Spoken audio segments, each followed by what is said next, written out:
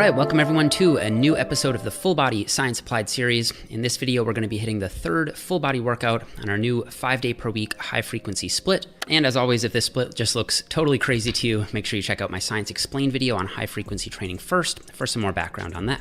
And today, even though we are hitting our full body, we're going to emphasize the back, so the lats and the traps, by hitting them first in the workout and with slightly more volume. So let's just jump right into it. Up first, we're doing 3 sets of 6 reps on the weighted pull-up to an RPE of 8. Now this is our 3rd day in a row hitting the back in some capacity. So for the first week or two, it is normal if you're feeling a bit more fatigued or sore at this point. So just make sure you're doing plenty of warm-up before you jump into your working sets. Now, I like to do a nice and controlled set of 6 with just body weight or even some assistance first to really lock in my technique and mind-muscle connection. Then I'll do another warm-up set for 4 or 5 reps to get acclimated to having some weight added, and then jump into my 3 working sets from there. And again, with pull-ups in particular, you really want to focus on your lifting tempo. So rep 6 should look about the same as rep 1, meaning the positive or negative shouldn't get quicker as you fatigue. And if you can't complete all 6 reps with consistent form, maybe that's an indication that you should drop the weight back a bit for the next set. Now, one thing I've been doing on this program so far is stretching my lats in between sets. Now, I discussed the potential hypertrophic benefits of interset stretching in another video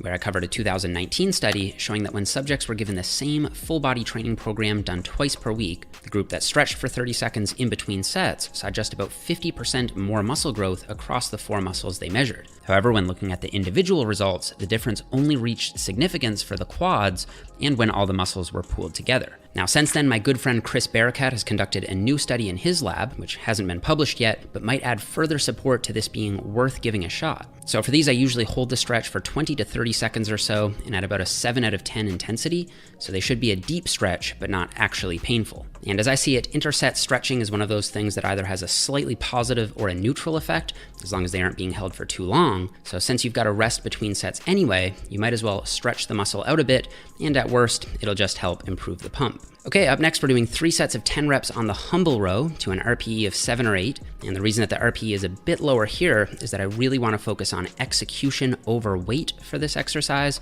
That is the whole point of this exercise, to limit momentum in cheating. And if you go too close to failure on any row, I find you simply start swinging or pulling with your arms more, which is okay in some contexts, but not our purpose here. So I think I saw this exercise first on Matt Jansen's Instagram, and my friend Phil Snellgrove was the first person I heard call it a humble row, because it really does humble the amount of weight that you can use. So to make the movement more mid-trap and rear delt dominant, we want to emphasize transverse shoulder abduction by thinking about driving our elbows straight out to the sides. And as a word of warning, you're going to want to use either a towel or some knee sleeves to give you some cushioning on the edge of the bench. And you'll want to position the height of the bench so your torso is about parallel with the floor. Okay, after that, we're moving on to 3 sets of 15 on the leg press. So if you guys remember, on day 1, our squats were much more heavily loaded, and we were focusing more on using external cueing to help generate max strength output. Today, we're doing pretty much the opposite, using lighter weight for higher reps and focusing on feeling our quads contract as we move the weight. So I tend to not make higher rep work like this the bread and butter of my program, but I still think it does a couple useful things. For one, it's great for building work capacity. If you can learn to tolerate and recover from a set of 15,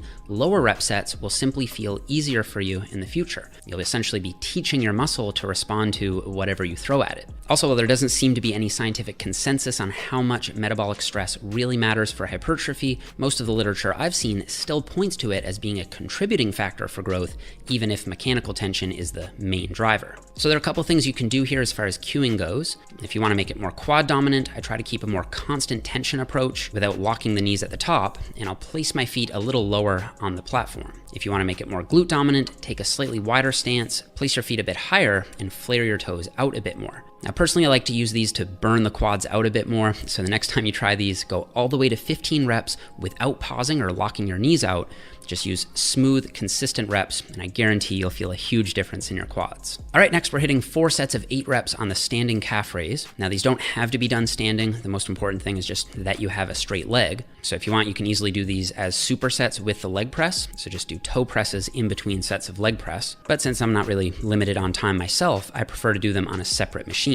And lately I've been putting calves more in the middle of the workout, simply because if I leave them until the very end, I'm just that much more tempted to skip them. So if you have a history of skipping calves, try keeping yourself accountable by sticking them more in the middle of your workout. And again, remember from Technique Tuesday, you want to keep your knees locked by flexing your quads and focus on pausing at the bottom of each and every rep to prevent the highly elastic Achilles tendon from taking over. After that, we're moving on to 3 sets of 10 reps on the cable upright row using the rope. And this is another example of a very time-efficient exercise that's going to target several different muscles for a very small recovery demand. So here we're hitting the side delts through shoulder abduction, while at the same time hitting the upper traps through scapular elevation and upward rotation. So rather than programming, say, a lateral raise and a shrug, we can pretty much knock off 2 muscles with a solid stimulus from 1 exercise. Now, I know a few of my subscribers are still wary of this exercise, but a while back I spoke with Dr. Brad Schoenfeld, who's published actual research in this area, and he explained that most of the concerns about the upright row are just overblown.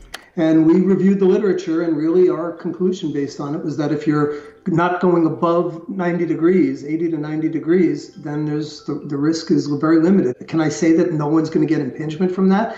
Certain people are going to have certain genetics where it might hurt, but it's possible. I would say that the evidence does not support what those people are saying. So for a good mix of side delts and traps, I like to think about initiating the movement by sweeping the weight out, almost as if doing a lateral raise, while trying to pull the rope apart, and then you want to squeeze the traps up at the top, more like a shrug. So I like to think of these as sort of like a lateral raise shrug hybrid more than an actual upright row per se. Okay, and we're going to round out this workout with some bicep work. So here we're doing 3 sets of 10 on the hammer curl. Now, biomechanically, we know that hammer curls are great for targeting the brachioradialis of the forearm because it sits on the back of the forearm, meaning it's better positioned in the line of pull of the weight with a neutral or pronated wrist position. Also, even though people think of the hammer curl as a brachialis and brachioradialis exercise, there is EMG evidence showing that the biceps are in fact very active on the hammer curl as well, with the reverse or palms down grip being the only hand position that's really inferior for the biceps. So I really like the hammer curl because it's going to get a very nice mix of forearms, brachialis, and biceps,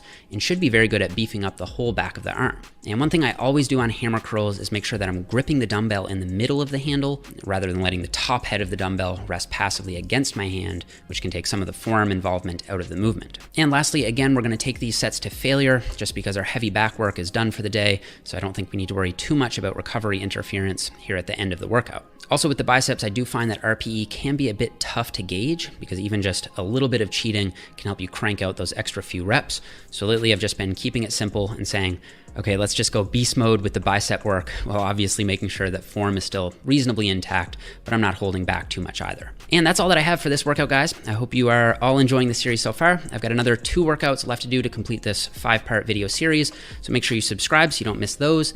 Also, I'll put a button over here to my new 10-week, 3-block high-frequency full body program in case you'd like to have all this information put into one place that you can just go into the gym and follow through with. Don't forget to leave me a thumbs up if you enjoyed the video, and I'll see you guys all here in the next one.